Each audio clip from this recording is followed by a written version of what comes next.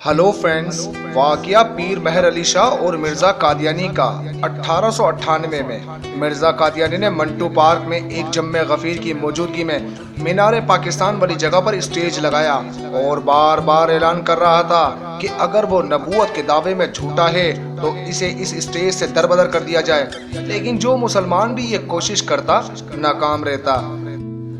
حضرت پیر سید مہر علی شاہ گولڑی علیہ رحمہ اتفاقاً جامعہ نظامیہ بازار حکیمیہ لاہور میں تھے۔ قبلہ عالم کی خدمت میں یہ ساری صورتحال بیان کی گئی تو آپ نے مرزا قادیانی کے مقابلے میں آنے کی ٹھانی اور منٹو پارک روانہ ہو گئے اور اسٹیج پہ کھڑے ہو کر فرمایا کہ یہ شخص نبی ہونے کا دعوے دار ہے، جبکہ اللہ تعالیٰ نے اپنے فضل خاص سے جناب رسول مقبول صلی اللہ تعالیٰ علیہ وآلہ وسلم کے اس غلام ابن غلام کو اپنی ولایت سے سرفراز فرمایا ہے۔ نبی کا درجہ ہر حال میں ولی سے بالاتر ہوتا ہے۔ میں اس شخص سے 4 سوال کرتا ہوں، مرزا قادیانی ان سوالات کے جواب دے،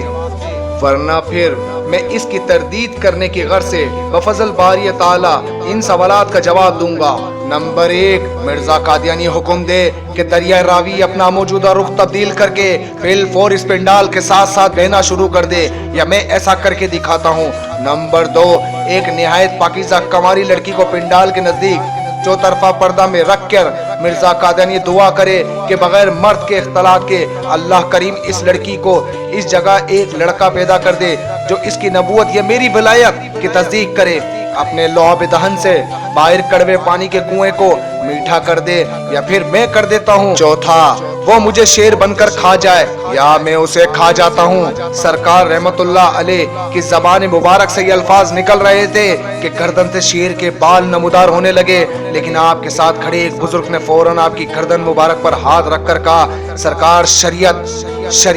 اس پر آپ رحمت اللہ علیہ اپنی اصل حالت میں آ گئے، مگر اس دوران مرزا قادیانی اسٹیج چھوڑ کر بھاگ گیا۔ بعد میں سرکار اس واقعے کا یاد آنے پہ فرماتے، اگر مولوی صاحب نے مجھے روکا نہ ہوتا تو میں اسے تحت السیرہ میں بھی ڈھونڈ کر ختم کر دیتا، مگر اللہ کی مرضی یہ نہ تھی۔ آپ نے فرمایا کہ دراصل اس کے پاس 3 جن تھے جو اس کے مقابل بولنے والی کی زبان پکڑ لیتے تھے، مگر اللہ کے فضل سے وہ مجھ پر حاوی نہ ہو سکے۔ تو دوستو، اس میسج کو اگر آپ پسند کرتے ہیں تو اس میسج کو فارورڈ کیجئے گا تاکہ زور زور سے چیخیں نکلیں